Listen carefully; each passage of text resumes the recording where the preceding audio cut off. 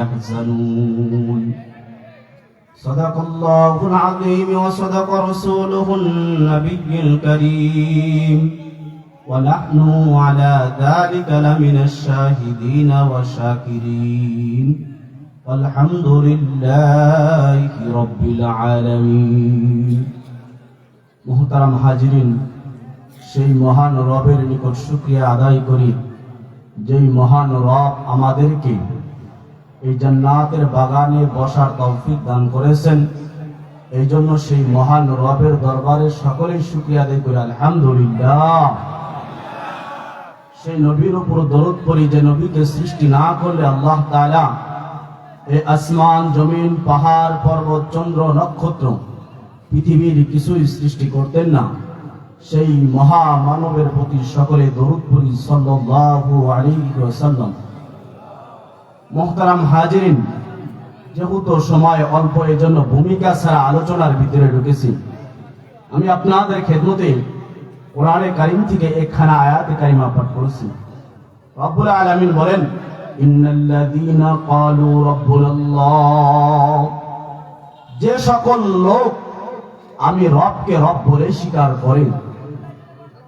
ইন্নাল্লাযীনা ক্বালু রাব্বুনাল্লাহ সুম্মা ইসতাকামু, অতঃপর এই রব বলে স্বীকার করার উপর অবিচল থাকে।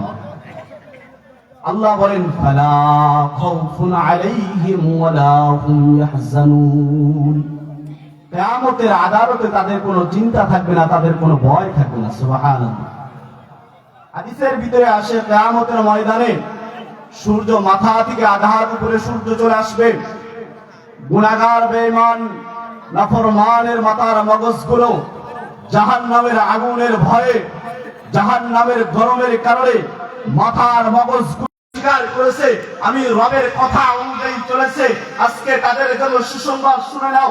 আল্লাহ বলেন, ফালা খাউফুন আলাইহিম ওয়ালা হুম ইয়াহজানুন, তাদের ওই দিন কিয়ামতের দিন কোনো চিন্তা থাকবে না, কোনো ভয় থাকবে না, তারা নির্দ্বিধায় জান্নাতুল ফিরদাউসে চলে যাবেন। জান্নাতে যেতে রাজি আছি তো ইনশাআল্লাহ। আল্লাহ তাআলা বলেন, কাইফা তাকফুরুনা বিল্লাহ ওয়া কুনতুম আসওয়াজান, আল্লাহ বলেন কাইফা তাকফুরুনা বিল্লাহ, আরে মুমিন তোমরা কিভাবে কুফর করো। ওয়া কুনতুম আমওয়াতান ফাহইয়াকুম, অথচ তোমরা কিছুই ছিলে না, এক সময় তোমরা কিছুই ছিলে না। সুম্মা ইউমীতুকুম, আমি রব তোমাদেরকে জীবন দান করলাম।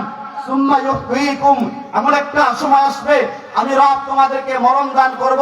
সুম্মা ইলাইহি তুরজাউন, আল্লাহ বলেন এরপরে পুনরায় আমি রবের কাছে ফিরে আসতে হবে। কার কাছে ফিরে আসতে হবে? আল্লাহ তাআলার কাছে ফিরে আসতে হবে। এই জন্য রব্বুল আলামিন রূহের জগতে আমাদেরকে একটা ওয়াদা নিয়েছিলেন, হে রূহের জগতের রূহ, আলাস্তু বিরাব্বিকুম, আমি কি তোমার প্রভু নয়?